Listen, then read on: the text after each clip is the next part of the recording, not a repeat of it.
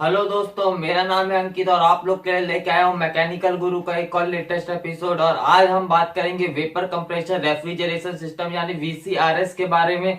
और ये टेक्नोलॉजी जहाँ इम्प्लीमेंट होती है यानी कि रेफ्रिजरेटर एयर कंडीशनर्स के बारे में। तो चलिए आगे बढ़ते हैं और बात शुरू करते हैं। इंसान ने गर्मी से उबरने के लिए सबसे पहले जो डिवाइस अपने लिए बनाया वो था कूलर। कूलर में बेसिकली एक मोटराइज्ड फैन रहती है और वाटर खस के थ्रू बहता रहता है। जब वो फैन एयर सक करता है कूलर की बॉडी के अंदर तो वो एयर मॉइस्ट हो जाती है, वो वाटर कंटेंट को अपने अंदर ले लेती है और थोड़ी ठंडी हो जाती है। बेसिकली एयर को हम दो भाग में डिवाइड कर सकते हैं, एक ड्राई एयर और एक मॉइस्ट एयर। गर्मी के मौसम में अधिकतर ड्राई एयर चलती है और ड्राई एयर गर्म रहती है। अगर उसमें मॉइस्चर मिला दिया जाए तो वो एयर ठंडी हो जाती है और इसी फिनोमिना में कूलर काम करता है। लेकिन अगर एयर पूरी तरह से मॉइस्ट हो तो अगर उसमें ड्राइनेस बिल्कुल ना हो तो क्या होगा? इस केस में दोस्तों कूलर काम नहीं करता। ये केस अमूमन वहां देखा जाता है जो सिटी सी साइड में रहती हैं, वहां पे एयर मॉइस्ट रहती है क्योंकि समुद्र रहता है, वहां समुद्र के ऊपर एयर बहती रहती है और उसके कारण वो मॉइस्चर कंटेंट से फुल हो जाती है, सैचुरेटेड हो जाती है। कूलर सबसे अच्छा वहां काम करेगा जहां पे एयर पूरी तरह से ड्राई रहेगी, जैसे कि एक रेगिस्तान में। इसलिए बहुत से कूलर का नाम डेजर्ट कूलर भी रहता है। तो कूलर की इस खामी को दूर किया वेपर कंप्रेसर रेफ्रिजरेशन सिस्टम ने, या फिर हम बोल सकते हैं एक एयर कंडीशनर ने। और आजकल तो बहुत फेमस है स्प्लिट एसी, तो आइए उसके बारे में बात करते हैं। स्प्लिट एसी यानी कि एक वेपर कंप्रेसर रेफ्रिजरेशन सिस्टम में बेसिकली चार कंपोनेंट लगे रहते हैं, एक इवापोरेटर, एक कंप्रेसर, एक कंडेंसर और एक थ्रॉटलिंग डिवाइस। और एक फ्लूइड यूज होता है जिसे हम नाम दिए हैं रेफ्रिजरेंट। इस रेफ्रिजरेंट फ्लूइड में बहुत तरह की प्रॉपर्टीज रहती है, यानी कि बॉइलिंग पॉइंट, उस टेम्परेचर में जो टेम्परेचर आपको अचीव करना है। High latent heat of vaporisation रहती है। लिक्विड फॉर्म में इनकी डेंसिटी मॉडरेट रहती है। गैसियस फॉर्म में इनकी डेंसिटी थोड़ी हाई हो जाती है। क्रिटिकल टेम्परेचर हाई रहता है, इसलिए ये रेफ्रिजरेंट के तौर पे यूज होते हैं। पहले ये लिक्विड फॉर्म का रेफ्रिजरेंट इवापोरेटर में जाता है। इवापोरेटर में जाने के पहले उसका एक टेम्परेचर रहता है, उसका एक प्रेशर रहता है, यानी उसको थोड़ी और हीट मिलेगी तो वो गैसियस फॉर्म में कन्वर्ट हो जाएगा।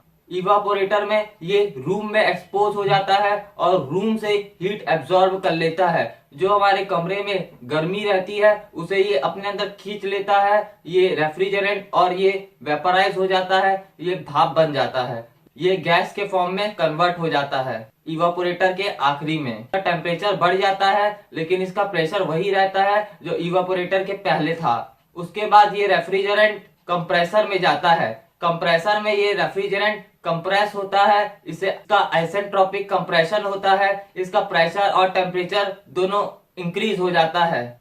उसके बाद ये कंप्रेसर से निकल के कंडेंसर में जाता है। कंडेंसर आपके स्प्लिट एसी का वो भाग रहता है जो आउटडोर यूनिट कहलाता है, जो बाहर लगे रहता है, जिसमें एक फैन रहता है और अंदर में ट्यूब्स रहती हैं। वो ट्यूब्स में ये गैसियस फॉर्म का रेफ्रिजरेंट बहता रहता है और ये फैन उसमें हवा करके ठंडा करता रहता है और इसे उस टेम्परेचर तक लाता है जहां तक वो इवापोरेटर में जाने के लिए रेडी हो जाए, यानी कि लिक्विड फॉर्म में उसे लाता है और उस टेम्परेचर तक लाता है जहां थोड़ी सी भी हीट मिले तो वो गैसियस फॉर्म में कन्वर्ट हो जाए। लेकिन रेफ्रिजरेंट का प्रेशर कंडेंसर से बाहर आने के बाद भी उतना ही रहता है जैसा कंप्रेशन के बाद था।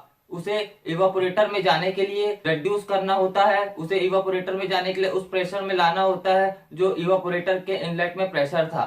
ये जो प्रेशर डिफरेंस है इन दोनों को डिवाइड करेंगे तो आपको इस रेफ्रिजरेटर का कंप्रेशन रेशियो मिलेगा।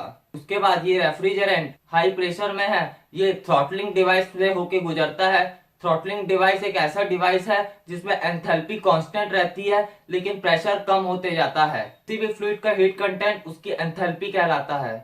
इस थ्रॉटलिंग डिवाइस में एंथैल्पी कांस्टेंट रहता है और प्रेशर उस प्रेशर तक जाता है जो उस इवापोरेटर के इनलेट का डिजायर्ड प्रेशर था। रेफ्रिजरेंट का प्रेशर इवापोरेटर के प्रेशर के डिजायर्ड प्रेशर तक पहुंच जाता है। फिर ये रेफ्रिजरेंट वापस इवापोरेटर में जाता है, कमरे से लेटेंट हीट ऑफ वेपराइजेशन लेता है और फिर कंप्रेसर में कंप्रेस होने चले जाता है और ये साइकिल कंटिन्यू ऐसे ही चलता रहता है। लेटेंट हीट बेसिकली गुप्त ऊष्मा होती है। अगर आप लेटेंट हीट और सेंसेबल हीट के बारे में नहीं जानते तो मेरा पहले का वीडियो देखिए, उसमें मैंने लेटेंट हीट और सेंसेबल हीट के बारे में अच्छे से बताया है। अब हम रेफ्रिजरेटर की भी बात कर लेते हैं। वेपर कंप्रेशर रेफ्रिजरेशन सिस्टम लगा रहता है, लेकिन एक बॉक्स में लगा देने के कारण, एक छोटी सी एरिया में उसको कॉन्सेंट्रेट कर देने के कारण एक छोटी सी एरिया को वो बहुत ज्यादा ठंडा करता है। कंपोनेंट सेम रहते हैं। फ्रिज में भी इवापोरेटर, कंप्रेसर, कंडेंसर और एक्सपांडर ही रहेगा। उसमें भी एक रेफ्रिजरेंट रहेगा जो फ्लो होगा, आपके फूड से लेटेंट हीट ऑफ वेपराइजेशन लेगा। कंप्रेसर में कंप्रेस होगा, कंडेंसर में जाके कंडेंस होगा और थ्रॉटलिंग डिवाइस में अपना प्रेशर वापस वही प्रेशर में आके जो इवापोरेटर के इनलेट में उसका होना चाहिए वो प्रेशर में आके वापस इवापोरेटर में चला जाएगा। तो आज हम लोगों ने बात की वेपर कंप्रेशन रेफ्रिजरेशन सिस्टम की, और ये जहां पे लगता है यानी कि फ्रिज और एयर कंडीशनर की। उम्मीद है आप लोगों को ये वीडियो पसंद आया होगा। अगर पसंद आए तो लाइक, शेयर और सब्सक्राइब जरूर करें, क्योंकि मैं आप लोग के लिए रोज ऐसे अच्छे अच्छे वीडियोस लेकर आता रहता हूँ।